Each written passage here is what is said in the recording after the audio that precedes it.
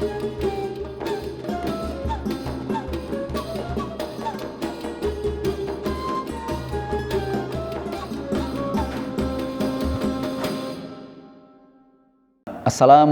warahmatullahi wabarakatuh. Pemirsa Jateng Pos TV yang dirahmati oleh Allah, marilah kita bersyukur atas karunia yang Allah telah berikan kepada kita dengan sebenar-benar syukur, karena hakikat syukur itu sebenarnya adalah untuk diri kita sendiri. Kita bersyukur kepada Allah bukan untuk Allah, tetapi untuk kita sendiri, sebagaimana disampaikan Allah Subhanahu wa taala dalam surat Al-Luqman, wa may yashkur fa innama yashkuru li nafsihi wa man kafara fa innallaha ghaniyyun hamid. Apabila kalian bersyukur, niscaya sebenarnya kalian itu bersyukur untuk diri kalian sendiri. Akan tetapi apabila kalian ingkar, maka sesungguhnya azab Allah itu, atau Allah itu maha kaya lagi maha terpuji. Karena Allah tidak butuh sebenarnya terhadap syukur kita. Kita sendiri yang butuh terhadap syukur itu sendiri. Kita sendiri yang butuh kepada Allah Subhanahu wa taala. Dikisahkan pada zaman Nabi Musa alaihi salam, ada seorang yang sangat miskin, seorang suami istri yang sangat miskin. Pakaiannya cuma itu-itu saja, rumahnya reot, bahkan makanan kadang ada kadang tidak. Saking miskinnya dia iri kepada tetangga-tetangganya. Bagaimana tetangga-tetangganya itu pada orang-orang yang bercukupan, sedangkan dia selalu berkurangan. Kemudian pada suatu hari, sang istri menyampaikan kepada suaminya, "Duhai suamiku, sana tolong datang kepada Nabi Musa. Nabi Musa itu adalah kalimullah, dia adalah sabdanya Allah, dia adalah perkataan Allah. Oleh karenanya datanglah kepada Nabi Musa. Dia adalah orang yang dekat dengan Allah. Siapa tahu dia bisa membantu kita. Mohon doa kepada dia agar kita ini bisa menjadi orang yang kaya dan berkecukupan." Kemudian suaminya dan istrinya diajak pula datang kepada Nabi Musa alaihissalam. "Wahai Nabiullah, kalimullah, aku sudah hidup selama ini dengan penuh kesusahan dan kemiskinan. Tolonglah aku, doakan aku kepada Allah Subhanahu wa taala agar aku menjadi orang yang kaya." Kemudian Nabi Musa berdoa kepada Allah, mengangkat tangannya, "Ya Rob, berilah orang ini kekayaan." Kemudian malaikat Jibril membisiki atau datang kepada Nabi Musa, "Wahai Musa, orang ini bisa menjadi kaya. Orang ini takdirnya bisa menjadi kaya, tapi cukup hanya 1 tahun saja." Jadi dia diberi kesempatan kaya, tapi cuma 1 tahun saja.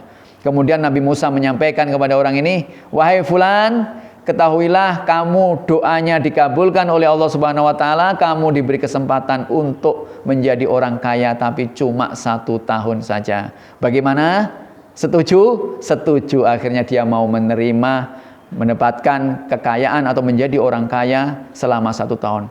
Entah dari mana, tiba-tiba keesokan harinya dia sudah semakin mudah mencari kekayaan itu. Dia mendapatkan rezeki dari tidak disangka-sangka, banyak sekali. Tiba-tiba dalam waktu tidak terlalu lama dia menjadi orang yang super kaya raya. Tapi di sela-sela kesibukan dia itu mengelola harta kekayaan dia itu, dia tidak lupa untuk menyibukkan dirinya juga menggunakan kekayaan itu di jalan Allah. Dia bantu orang-orang miskin, tetangga-tetangganya. Dia bantu orang-orang fakir di sekitarnya. Dia bantu pembangunan-pembangunan di sekitarnya untuk kemaslahatan umat. Dia gunakan hartanya tidak hanya untuk kepentingan kekayaan saja. Dia merasa bersyukur. Alhamdulillah, dia diberi kesempatan untuk merasakan menjadi orang kaya walaupun hanya setahun. Kemudian waktu berjalan begitu terus menerus. Akhirnya tibalah waktu yang sudah 1 tahun. Bahkan waktu 1 tahun itu telah lebih. Kemudian suatu saat Nabi Musa melihat orang itu, dan dia teringat bahwa dia pernah mendoakan orang ini, dijawab oleh Allah, dikabulkan oleh Allah, dia akan mendapatkan kekayaan selama 1 tahun. Kemudian ternyata sudah 1 tahun lewat, kok ini orang masih kaya saja? Kemudian ditanyakanlah kepada Allah, "Ya Allah, bukankah janjimu orang ini, takdirmu orang ini akan menjadi kaya cuma 1 tahun saja? Kenapa ini sudah lebih dari 1 tahun? Dia tetap saja menjadi orang yang kaya." Kemudian Allah melalui malaikat Jibril menyampaikan kepada Nabi Musa, "Wahai Musa, ketahuilah bahwa orang ini telah menggunakan hartanya yang aku berikan kepadanya di jalan yang benar.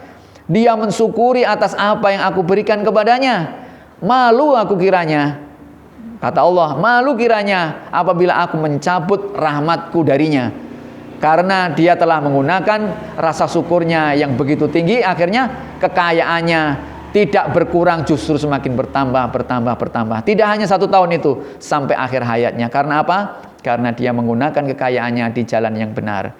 Kembali lagi hukum bahwa wa may yashkur fa innama yashkuru li nafsih, itu berjalan. Barang siapa bersyukur, maka dia akan mendapatkan apa yang dia syukuri itu. Dan ayat Allah yang lain mengatakan la in syakartum la azidannakum. Barang siapa bersyukur, niscaya aku akan tambahkan. Tidak akan aku kurangi, aku tambahkan. Bagaimana cara bersyukurnya? Menggunakan harta rizki yang diberikan Allah kepadanya itu di jalan Allah. Mudah-mudahan bermanfaat. Billahi taufik wal hidayah. Wassalamualaikum warahmatullahi wabarakatuh.